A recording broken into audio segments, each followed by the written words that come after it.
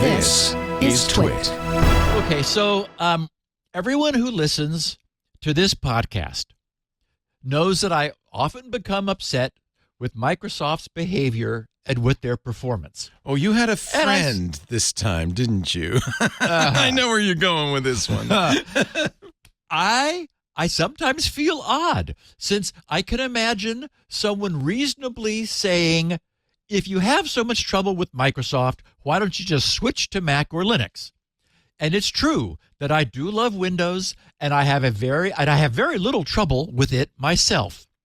But due to their size and their dominance, Microsoft's behavior matters and affects the world, regardless of what desktop platform I've personally chosen. And since this podcast covers security, it also needs to explore Microsoft's many behaviors related to security. Well, last Wednesday, August 2nd, someone else weighed in on Microsoft's security practices from their own perspective and significant experience. Since I sometimes feel a bit self-conscious tearing into Microsoft over and over, I wanted to share this additional viewpoint. But for what this individual, I'm getting a little excited, as you can see, for what this individual wrote to have any weight and bearing, you need to know something about the posting's author. As I mentioned at the top of the show, Emmett Yoon. Wikipedia informs us Emmett Yoon is chairman and chief executive officer of Tenable, a position held since January 3rd, 2017. Previously, Yoon was president of computer and network security company RSA. We've heard of them. Yoon joined RSA during his tenure as CEO of NetWitness Corp., which was acquired by RSA's parent company EMC in April of 2011. Prior to his time at NetWitness, Yoon was the National Cybersecurity Division Director within the United States Department of Homeland Security. He took up the post in September 2003 and served as the initial director of the U.S. CERT. That's, of course, the U.S. Department of Defense Computer Emergency Response Team. He resigned from his position at U.S. CERT in October of 2004. Earlier in his career, Yoon was a co-founder and CEO of Riptech, which was acquired by Symantec in August 2002. He also served on the board of directors of Cyota, acquired by RSA, Guardium, acquired by IBM, Guidance Software, and other internet security technology companies. Yoon is a graduate of the United States Military Academy and served as one of the founding members of the U.S. Department of Defense's Computer Emergency Response Team. He has a master's degree in computer science. Very impressive guy. This guy has earned some street cred by being like in the middle of computer security for many years. His LinkedIn posting last Wednesday is titled, Microsoft. The truth is even worse than you think. Oh, boy. So here's what Emmett wrote and posted publicly on LinkedIn, a platform Microsoft purchased. He wrote, last week, Senator Ron Wyden sent a letter to the Cybersecurity and Infrastructure Security Agency, CISA, the Department of Justice, and the Federal Trade Commission, asking that they hold Microsoft accountable for a repeated pattern of negligent cybersecurity practices, which has enabled Chinese espionage against the United States government. According to data from Google Project Zero, Microsoft products have accounted for an aggregate 42.5% of all 0 days discovered since 2014. He writes, Microsoft's lack of transparency applies to breaches, irresponsible security practices, and to vulnerabilities, all of which expose their customers to risks they are deliberately kept in the dark about. In March 2023, so just this past March, a member of Tenable's research team was investigating Microsoft's Azure platform and related services. The researcher discovered an issue which would enable an unauthenticated attacker to access cross-tenant applications and sensitive data, such as authentication secrets. To give you an idea of how bad this is, our team very quickly discovered authentication secrets to a bank. They were so concerned about the seriousness and the ethics of the issue that we immediately notified Microsoft. Did Microsoft quickly fix the issue that could effectively lead to the breach of multiple customers' networks and services? Of course not. They took more than 90 days to implement a partial fix, and only for new applications loaded in the service. That means that as of today, and he wrote this last week, the bank I referenced above is still vulnerable more than 120 days since we reported the issue, as are all of the other organizations that had launched the service prior to the fix. And to the best of our knowledge, they still have no idea that they are at risk and therefore can't make an informed decision about compensating controls and other risk mitigating actions. Microsoft claims that they will fix the issue by the end of September, meaning end of next month, 4 months after we notified them. That's grossly irresponsible, if not blatantly negligent.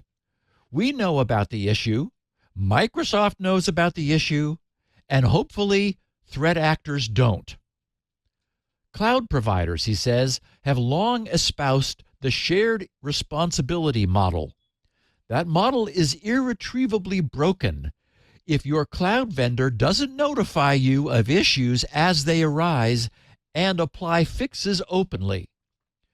What you hear from Microsoft is just trust us. But what you get back is very little transparency and a culture of toxic obfuscation. How can a CISO, board of directors, or executive team believe that Microsoft will do the right thing given the fact patterns and current behaviors? Microsoft's track record puts us all at risk, and it's even worse than we thought. Wow. A culture of toxic obfuscation. I love that.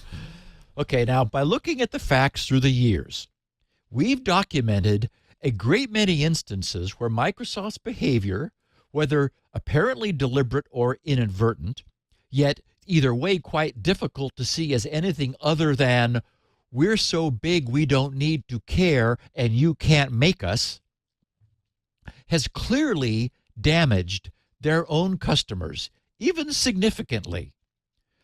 But their enterprise and government customers are as captive as I am. I'm held captive by my decades-long investment in Windows and by the fact that there is no viable alternative to Windows for some of the things I want to do. I depend upon many tools that are only hosted on Windows.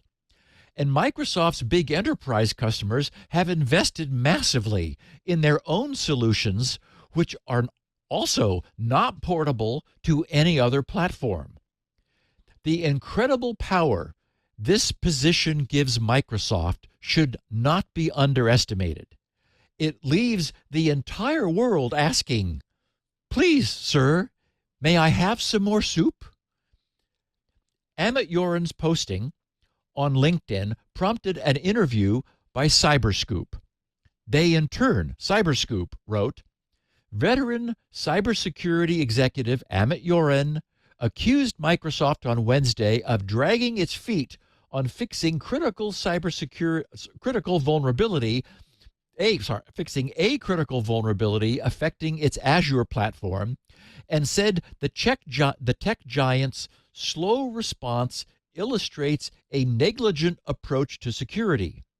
His harsh public critique of Microsoft, a relatively rare event for a high-profile corporate figure in cybersecurity, follows criticism from lawmakers and researchers alike, after a recent cyber attack affecting U.S. government officials resulted from a Microsoft security lapse. As the CEO of Tenable, a firm that helps customers understand and mitigate their cybersecurity vulnerabilities, Yoran said he works with hundreds of companies every year to disclose and patch vulnerabilities. Microsoft, he said, consistently fails to proactively and professionally address vulnerabilities in their products. Yoran told Cyberscoop in an interview, quote, "In Microsoft's case, you have a culture which denies the criticality of vulnerabilities," unquote. According to a timeline in a limited blog published to Tenable's website, Microsoft acknowledged the issue the same day it was disclosed on March 30th and confirmed it 4 days later. Tenable asked for an update on June 27th, 90 days later, and was told on July 6th that it was fixed, but Tenable says it was merely a partial fix. Okay, now, where have we heard that before? How many times on this podcast have we noted that, someone at Microsoft who was shown a serious vulnerability by a security researcher and even given a fix for it, apparently didn't even take the time or care to actually understand the underlying problem, and so only half-patched it to resolve one of the problem's symptoms. Anyway, Cyberscoop continues on July 21st.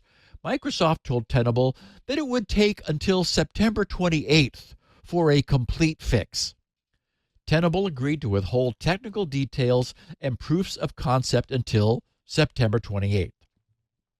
In his blog post, Yoran described Microsoft's approach to addressing the issue as grossly irresponsible, if not blatantly negligent.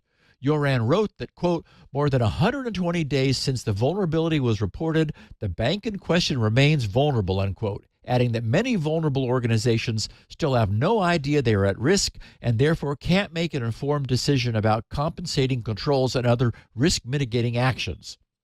And then we heard from Microsoft. Get this, they wrote, a spokesperson for Microsoft said that the company, quote, "appreciates the collaboration with the security community to responsibly disclose product issues," and that security updates are ultimately, quote, "a delicate balance between timeliness and quality, while ensuring maximized customer protection with minimized customer disruption," unquote. Wow. Microsoft said Friday in a blog post that the issue has, quote, "been fully addressed for all customers," unquote. So I guess Yoran got their attention with his blog post in LinkedIn, and what do you know? Just 2 days later, it's been completely fixed. It was going to take until September 28th, but shine a bright light on the problem. Oh, look, it's all fixed. They said no customer remediation action is required and that all affected customers were notified via email starting Friday. Microsoft said its investigation, quote, "identified anomalous access only by the security researcher that reported the incident and no other actors," unquote. No one's using this. We don't have to worry. Yeah, don't know. You don't worry about it. This episode of Tech Break is brought to you by ACI Learning. ACI Learning's Cyber Skills is the newest training tool for employees, especially non-IT professionals. Flexible training covers everything from password security and phishing scams to malware prevention and network safety. Try it for yourself, then bring your team along. Fill out the form at go.acilearning.com/twit for a free 2-week trial.